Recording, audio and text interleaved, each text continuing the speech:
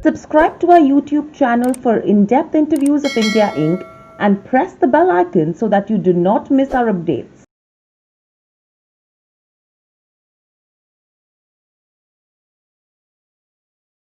I'm Hiral Dadia. We have with us Peter Mcguire, CEO at XM Australia, joining in. Good to have you on the show, Peter, and speaking to you after a really long time really makes me happy right now. And overall, first, what I want to understand from you right now is with what's happening with regards to crude. There was a blip that we did see, at least in terms of the domestic markets when crude actually hit negative. And since then, the kind of recovery that we've seen right now, we're almost at a 5-month high. What's going on according to you? Well, good afternoon, Hiral. It's lovely to join you from Sydney, Australia. A couple of quick things.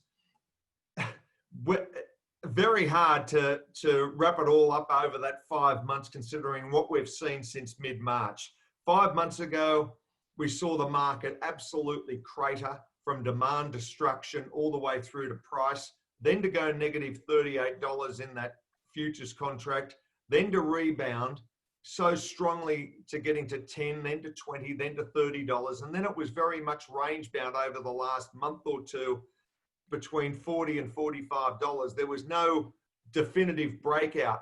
We've seen a little bit of move in the last 24 hours due to these weather outages or hurricane issues affecting the Gulf of Mexico. And we'll talk about that in a second. But the crude market, you're looking at the demand destruction, how much decrease as far as consumption, and what's happening. We know the world's awash with oil. What's happening from, I think, the smart money found a better place to trade from a speculation standpoint in the last 2 months in the form of gold. So now we're possibly going to see a bit further of an uptick in crude. Right. And with this, as you brought out the point with regards to where Gulf of Mexico goes, US producers have shut most output over there ahead of the hurricane. Yes. With this, if you go to see still, that's something which is supporting prices right now. However, rising COVID cases in Asia and Europe is probably coming in as a hiccup capping gains. How do we see both these ends functioning then? Well, first off, we've got to appreciate from a Mother Nature perspective, that there's been 13 storms that have now formed across the Atlantic this year. And that's including 5 that hit the US, so from a hurricane standpoint. Secondly, it's the fastest start to the hurricane season in records going back to 1851. So that we've got 170 years nearly of data, and this is the fastest start for a Mother Nature event that can absolutely, create chaos across the Gulf of Mexico.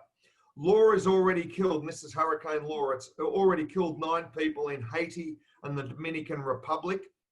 And we're thinking that the impact on the US liquefied natural gas export industry will be quite severe. So I wouldn't be surprised to see a tick up as far as natural gas.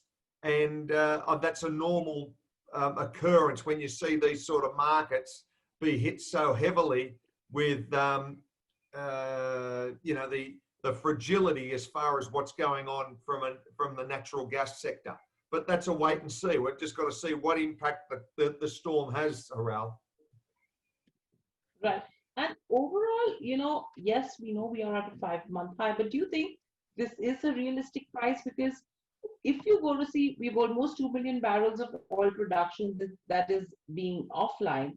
Now, is it somewhat surprising that crude is not significantly higher and it's still in that broad range of, say, $40 to $50 a barrel? Well, I think that's where price is at the moment due to buyers meeting sellers and from a demand picture. We understand that there's been a lot of demand stripped out of the market through COVID. And think of the airline industry. Think of how many planes that Indians would have flying in and out of India a day.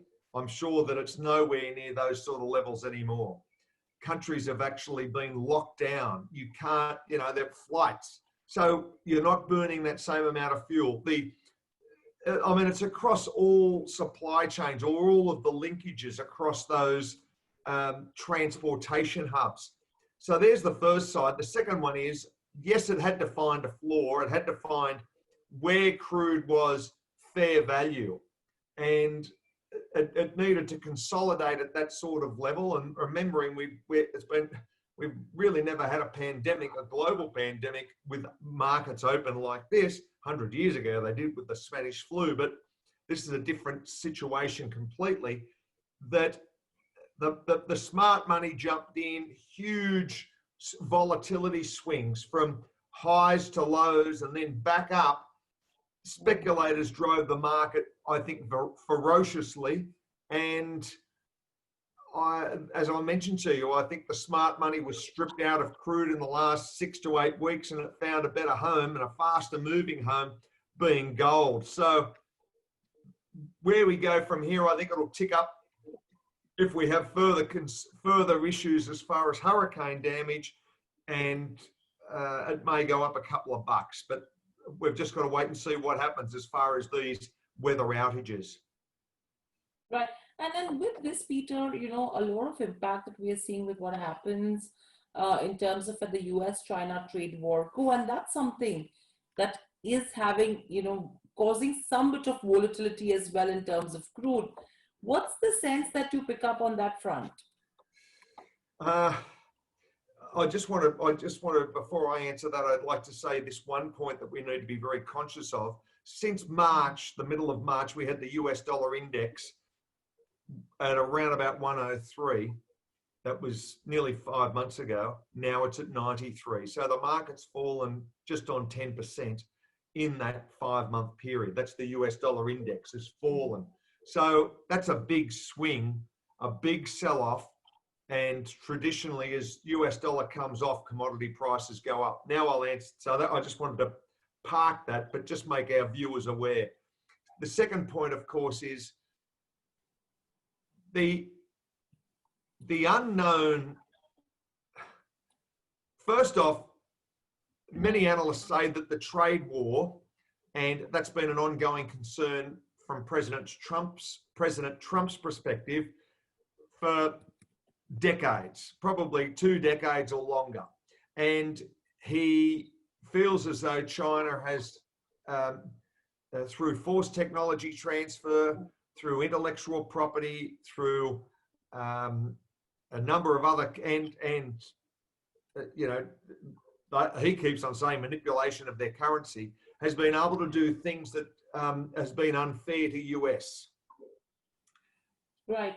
So, I don't live in the United States, and it's hard for me to comment. Sorry, Hiral. No, that's fine. And with that as well, you know, clearly, if you see what's happening with regards to the US crude stockpiles, I mean, they've likely fallen for a 5th straight week. What is this data suggesting right now? Well, the data suggests that whilst they fall, and that's understandably from an inventory standpoint, it's a very flexible or elastic market, the crude market, because crude prices, if they stay at these sort of levels, there could be a lot of shale producers that don't want to produce because it might be costing them $40 or $45 a barrel to pull it out of the ground. They'd rather say, well, look, I don't need to pull it out of the ground. It's not as though it deteriorates. It's not as though it's a crop and it's wheat or it's soybeans or sugar, and I've got to store it and only has so much shelf life, or or coffee. It does, you know, it perishes. Crude oil sits in the ground. If I don't take it out, it's probably good for another, million years? Probably. Mm-hmm. Maybe 2, but I won't be here in 1,000,000 years. And unfortunately, I've got to tell you some bad news. I don't think you'll be here in 1,000,000 years, Hiral. So if we're not here, that's okay. What they can do, they wait for prices to increase in value to that $50 to $60. And then they say, we've got that production facility. Why don't we go back to work, Hiral? And, you know, you work the day shift and I'll work the night shift. And all of a sudden we're pulling the oil out of the ground and we're making 10 to 15 bucks a barrel. So whilst inventories are a concern, the other side of it is, until you actually see a higher price, that will force more producers back in the market. Right. And with this again, at least in terms of where FY21 is concerned, everyone's of the opinion that yes, production is expected to fall. With that, consumption is expected to fall. And probably, I'm seeing estimates where expectation is that consumption of crude oil is likely to come down to almost around 4 to 5 million barrels per day during FY21 versus almost 5 million barrels that we had consumed during FY20. Now, taking this into consideration, you have OPEC as well, which has come out and said that 2020 as a year, the oil demand is worse than what they had accepted. Now, taking this into consideration, do you think OPEC is pretty much in a very fragile, delicate situation? They're trying to balance the act in the oil market? Absolutely. They're in a very, very delicate situation, but also the other issue which leads to great concern across the OPEC members is that a large producer, being Saudi Arabia, produces at about $2, $2.50 a barrel, where you've got other producers like Venezuela, and they say it was over $100 a barrel. So how is that fair that not everyone's playing with the same deck of cards? And that's the challenge that OPEC faces. Also, as you said, from a demand destruction standpoint, we've never seen this before from a global event. So it's catastrophic. It craters the market. You've got the tensions and a rebuilding of Iraq. Maybe a month or two ago, you had those ongoing issues as far as Libya and the tribal regions there, and where Turkey was going to play, talk as far as Egypt as well. So there's the unknown across that region. What happens as far as Russia? Where do countries' balance sheets perform? It's a big export for many of these countries, and it greatly impacts their balance sheet and, of course, what it does to the general performance of their economy. So, I just think we've just got to work through this to see where does OPEC play. Let's say at the end of the year, we'll get a better understanding. There are so many moving parts at the moment that it's very hard to take on board, because I think the overarching framework is what's happening with COVID. And how long is COVID here for? Are we still in this position this time next year? Or are we back to flying? Are we back to living our lives how we were in 2019? No one knows, and that's the uncertainty that overarches or worries any analyst or economist. Right. And with this, if you talk about the OPEC as well, they're clearly trying to find a balance between supporting oil prices and keeping US crude production at bay. With all of this, the historic production cut of almost around 9.7 million barrels, which got done by the 31st of July. From August, the cuts have been tapered to almost around 7.7 million barrels per day. Yes. From there on, do you see further production cuts that will continue, or do you think we will start an uptrend once again? Because at least the next official meeting, which is announced so far, is on the 30th of November. Yes, I know two things. First off, I normally attend both OPEC meetings every year. One's in June and one's in November, both in Vienna. And they're wonderful meetings to attend, and it's I find them incredibly interesting. And there are so many, key countries' views, geopolitical views, global consumption views, what's happening in China. All of these impacts greatly go into the melting pot of decision making from the OPEC executive team. And in a normal year, you may not be looking at production cuts. They may not need production cuts because the world is consuming more and more oil. But this year, it comes very much down to, do we see a second wave roll across Europe in the winter region, in the winter time? Does America come out of this, or does it actually go into a worse situation with winter? And where we are in the 30th of November, that's 3 months away. We've got a general election in the United States in 2 months' time. There are just so many factors at play that it's so hard to speculate, but I wouldn't be surprised to see an increase as far as further production cuts, because there could be a general softness across the sector going into Christmas. But then again, you may have, a huge hurricane season, which greatly impacts the US production. So OPEC, it might play very favorably for them. It's so many moving parts that it's so difficult to equate or try and determine what the actions are going to be in 3 months' time, Hiral. Right. And what's the sense that you pick up? Do you think they will start to roll back the production cuts? Because the thing is, again, there is a possibility that if the second wave, as you mentioned, does not come back, and if the demand increases, and if OPEC decides to roll back production cuts, what are your estimates? What estimates are you building in right now? Well, if they don't take any production cuts, then I think that you're going to see a firmer price from here, and you might see $50 as the new floor, which I wouldn't be surprised to see an uptick from these sort of dollar values. But there's the first part. The second one is,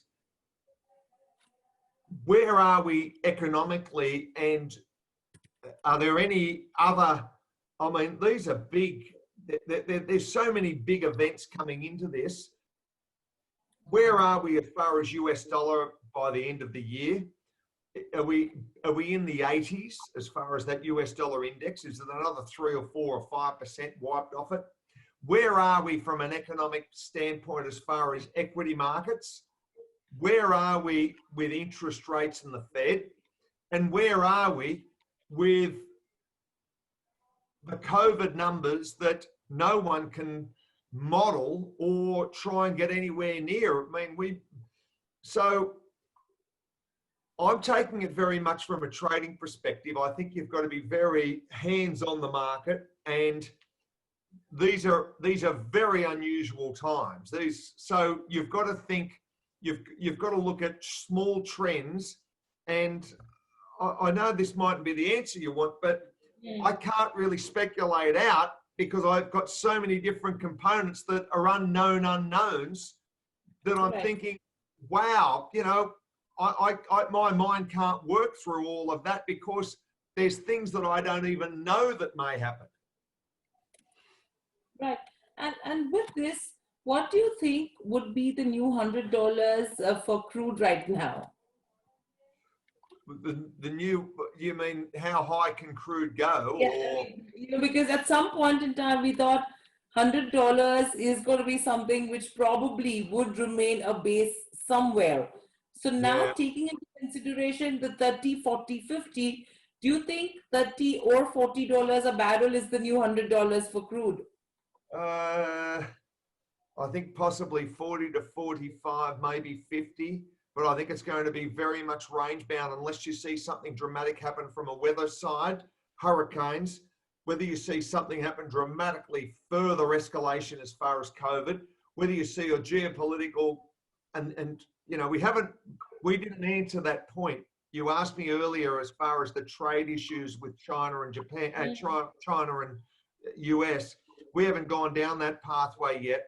I truly think that President Trump will take a very aggressive stance against China over the next month in lead up to the election. He is a very, very astute, you don't have to like him. A lot of women don't like him. A lot of men don't like him. I think a lot of people, what's happening in the United States, I think a lot of people would say, yeah, don't like him. When they go to the ballot, they'd vote for him. Right.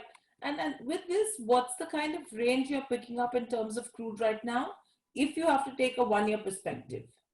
1 year perspective, I'd say, 50 to 55. It's got the capacity to hit there as long as we're in a recovery phase and we've put to bed, the great impacts as far as COVID, and that's, we're saying goodbye to it. But if we're not saying goodbye to it and we're moving closer to a much worse situation, then that changes the whole landscape, political landscape, and I think that really creates a high degree of uncertainty across the whole sector and across the global economic conditions. Mm-hmm. Right. And overall, Peter, if you go to see with regards to the oil weights measure, we are Yeah, back to mid-February levels already right now. Is sure. that suggesting us something?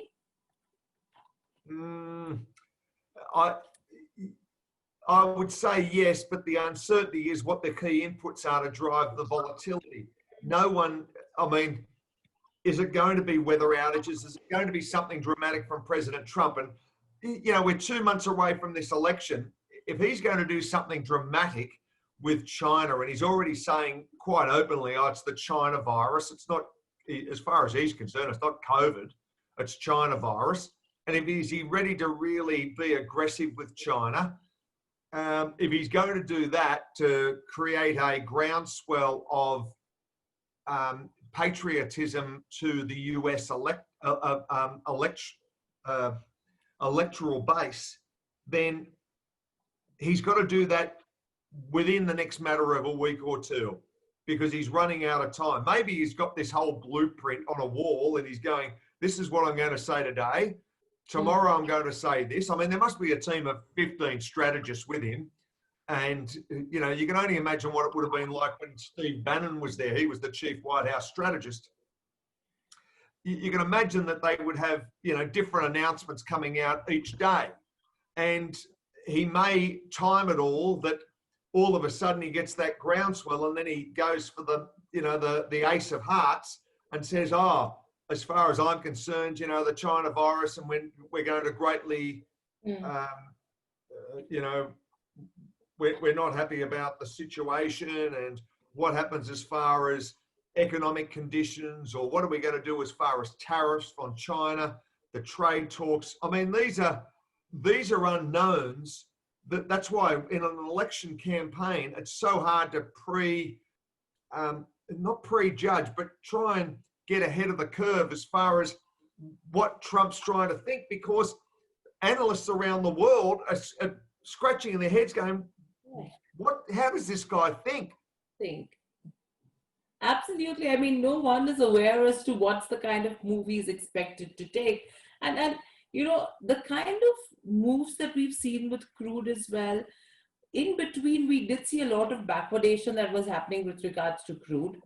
Now, if you're going to see, if you talk about the 1 year forward curve, that is pretty much in a contango situation right now. Again, if you're going to see the WTI and Brent curves are very flat, do you think we probably see a steeper contango in coming weeks if you have to look at both the NYMEX as well as Brent? Yes, possibly, but that may be again brought on by geopolitical fears, may be brought on by weather outages and Mother Nature in that time of the year as far as the hurricane season. And again, leading up to an election, what President Trump's capable of saying, which can spook a market.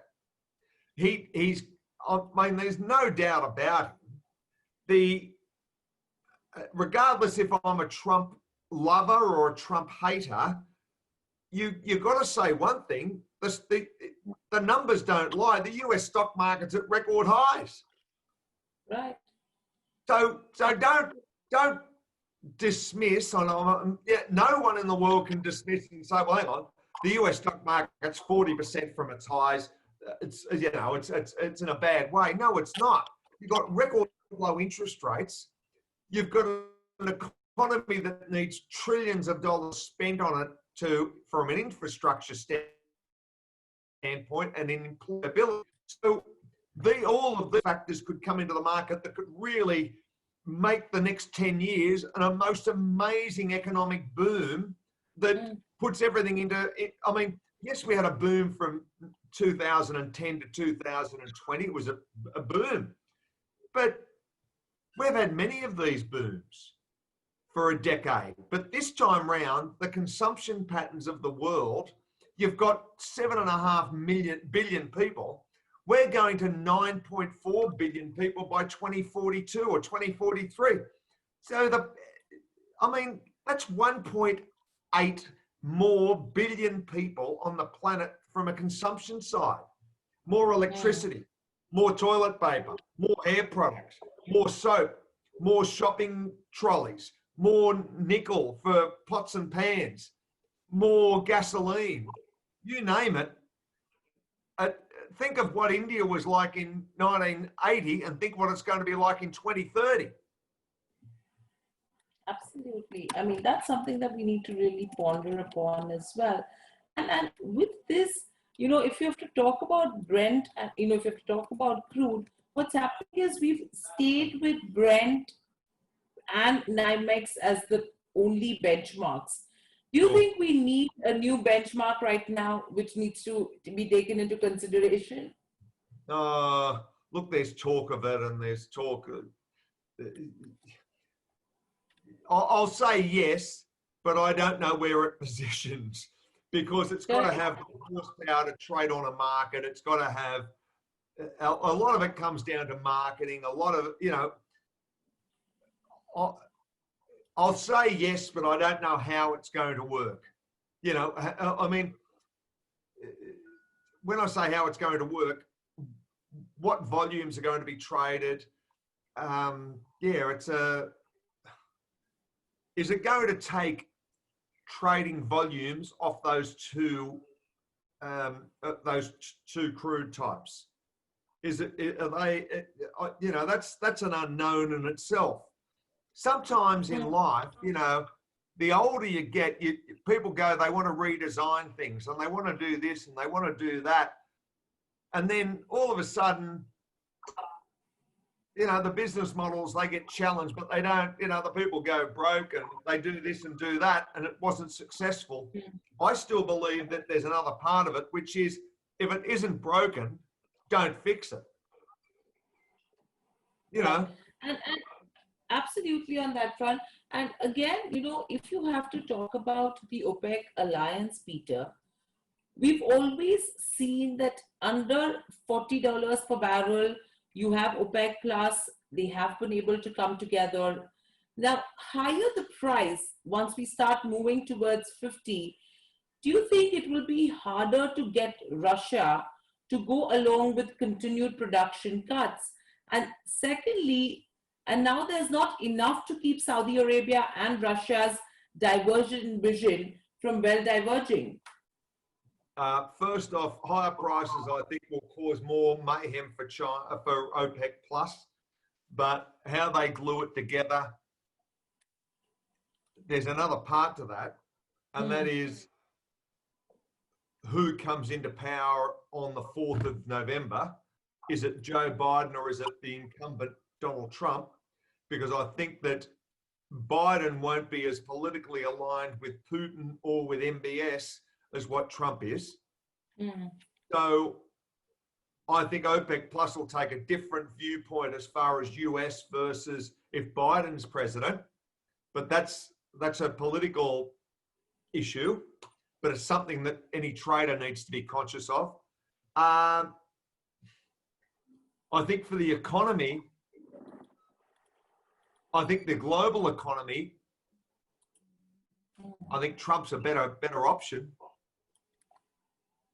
So if that's going to be further growth over the next 10 years, then probably a higher price. And then as far as OPEC Plus is concerned, it'll be cobbled together. They'll keep all the moving parts working, and keep all the oil, through the engine of it all to make sure that it works. But you're dealing with personalities. I've got to say this, that this is now from a humanitarian side.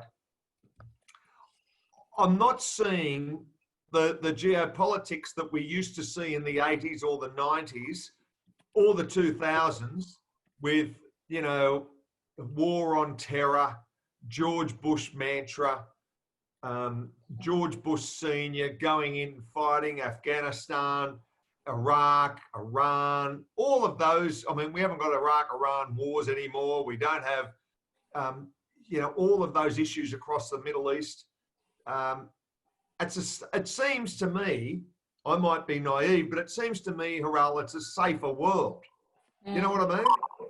Correct. So if it's a safer world, then a safer world from those geopolitical hotspots, then that means that I think that the framework as far as OPEC Plus is going to maintain its solidarity. And, right. and I think that that's a plus for OPEC. Right. And then with this, what's the sense with the other commodities? I mean, what happened with gold, equity markets at all-time high? We've never seen this quantum of rally that's happened with regards to precious metals. Initially, gold started the rally. Silver has started to catch up right now. And now you are seeing the profit booking that has started to come in, at least over the last couple of days in terms of gold. What's your sense with regards to gold as well as silver? Do you think this is a great opportunity to still buy gold and silver?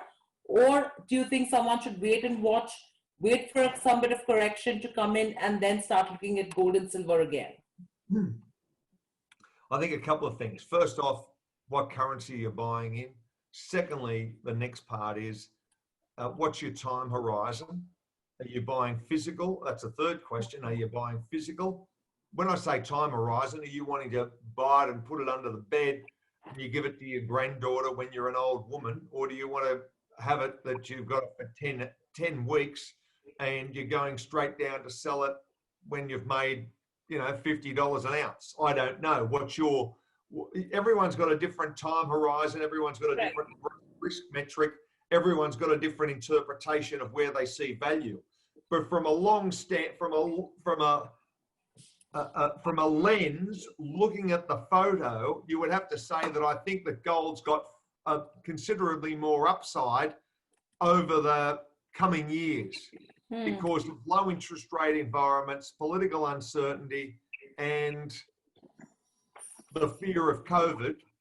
And I also see from an industrial demand perspective, silver's well positioned. It's had a lovely uptick as well. It's outpaced gold considerably. So those markets are they're good markets to watch, good markets to appreciate, and good markets to profit from, as long as you're mindful of the instrument that you're trading the underlying asset with. Right. But so if you have to look at gold from a next 12 months perspective, what's the top do you see at max? And where could one catch the bottom according to you? Okay, well, it hit nearly 2,200, might have been 2,170 or 80 going back a couple of weeks ago. I think it's got the capacity over the next 12 months to probably edge up higher from here, because I think smart money will come back on it. There could be a little bit further softness, but it's hard to see it break that, unless it crashed through 1850, 1800, then it's a different proposition. Though I've got to say, as well as I do, Hiral, you've looked at these markets long enough. If you see a vaccine and a vaccine comes out of India tomorrow and President Modi says, hey, Prime Minister Modi says, oh, we've got we've solved the coronavirus. We've got everyone in India getting a virus injection within 2 weeks. We've got, 1.5 billion. We're going to send this around the world. And all of a sudden, by October, we've got a vaccine. I think gold gets stripped. It's going to get spanked down by $400 or $500 an ounce. But if we get it. But they may not get it. So So I don't know. So there's a lot of uncertainty. Again, that fear aspect and that uncertainty creates volatility. I think there's upside in gold, and I won't be surprised for it in the next year, by this time next year, to take out that high that we recently saw.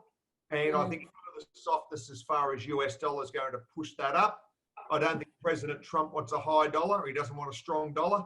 And I think gold's going to it's going to be quite a good trade over the next decade.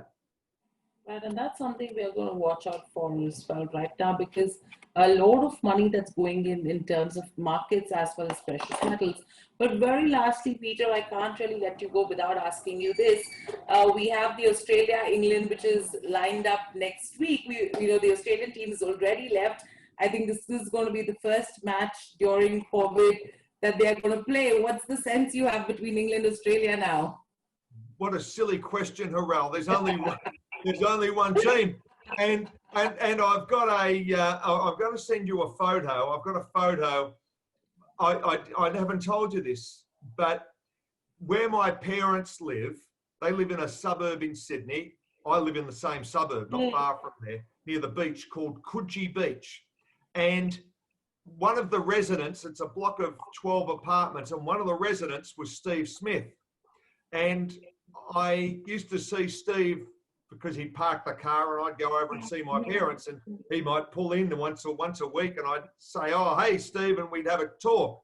I'm going to find a photo of him, and I said, "I need to get a photo." And he was playing down near Chowpatty Beach at your beautiful stadium there, and I got in touch, and I was going to come and see the game, and anyway, it didn't work out.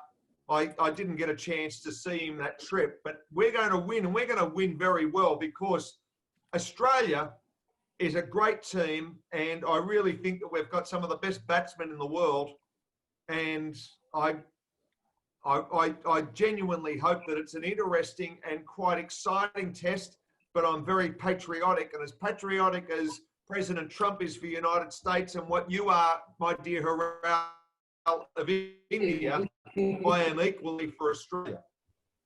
Absolutely, and I think we've never let you go without a question on cricket. I think it's going to be exciting to get back to sports. I mean, football has started, cricket's starting yet again. So I think there is something to look forward to apart from what's happening across the world, which has made the times really unprecedented. But great, and glad chatting with you, Peter, after a very long time. I hope you enjoyed the conversation as well, and we will catch up offline as well once again whilst the match is on. And see you soon, and stay safe. Oh, God bless you, Hiral, and it's beautiful to see you. And I wish everyone in India are very safe, and plenty of love and plenty of joy, and I only wish you happiness. So thank you again. I'm sorry I can't find the photo. I'm looking for it here. It'll be on here, and when I hang up, I'm going to have it within seconds. But that's just the way it goes. God bless you, Hiral. Absolutely. Thank you. Same to you. Thanks, Peter. Thank you. Bye. Bye.